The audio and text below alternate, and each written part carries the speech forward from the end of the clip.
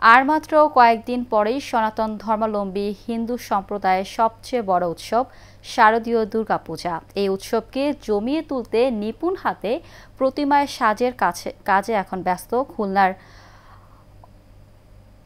অন্যকারীরা। আবারও কোথাও কোথাও রং তুলি নিয়ে সময় কাটাচ্ছেন শিল্পীরা। খুলনা থেকে শেখ রাসেলের তোলা ছবিতে আব্দুল আজিজকে সাথে নিয়ে বাবুল আক্তারের রিপোর্ট। সাম্প্রদায়িক সম্প্রীতি বজায় রেখে খুলনায় বিভিন্ন মণ্ডপে দুর্গাপূজার আয়োজন চলছে। সব ধরনের প্রস্তুতি প্রায় শেষের দিকে। নিপুণ হাতে প্রতিমা সাজিয়ে তুলতে এখন ব্যস্ত ভাস্কররা। জলদি কাজ হচ্ছে আমাদের, আমরা করিয়ে অন্য জায়গায় আইছি, এখন এইটা করে আবার অন্যখানে যাব, সেটাও সারা লাগবে ষষ্ঠীর আগেই।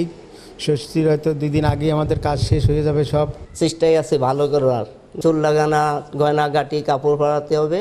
তবে বাঁশ, সুতা, কাপড় ও রং সহ অন্যান্য উপকরণের দাম অনেক বেশি হওয়ায় গেল কয়েক বছরের তুলনায় এবার প্রতিমা তৈরিতে খরচ বেড়েছে, যে কারণে ভাস্করদের মজুরিও বাড়তি।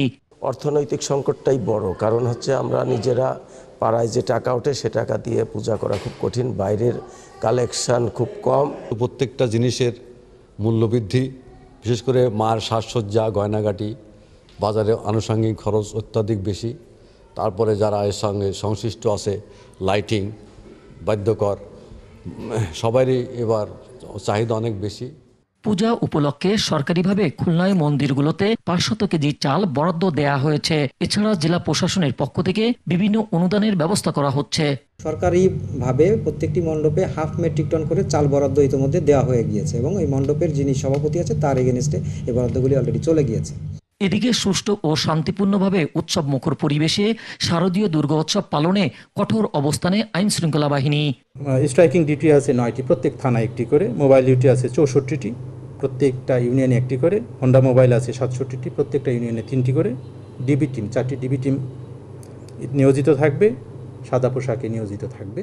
খুলনা জেলা ও মহানগর পূজা উদযাপন পরিষদের তালিকা অনুযায়ী এবছর খুলনা মহানগরে 76টি এবং 9 উপজেলায় 865টি মন্দির ও মণ্ডপে দুর্গাপূজা অনুষ্ঠিত হবে।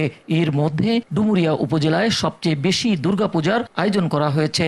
শারদীয় দুর্গাপূজা সত্য ও সুন্দরের আলোয় উদ্ভাসিত হোক, ধর্ম বর্ণ নির্বিশেষে সবার মধ্যে সম্প্রীতি ও সৌহার্দ্যের বন্ধন আরো সুসংচিত হোক, এমনটাই প্রত্যাশা সনাতন ধর্ম অবলম্বীদের। Babul Akter, Asian television, Khulna.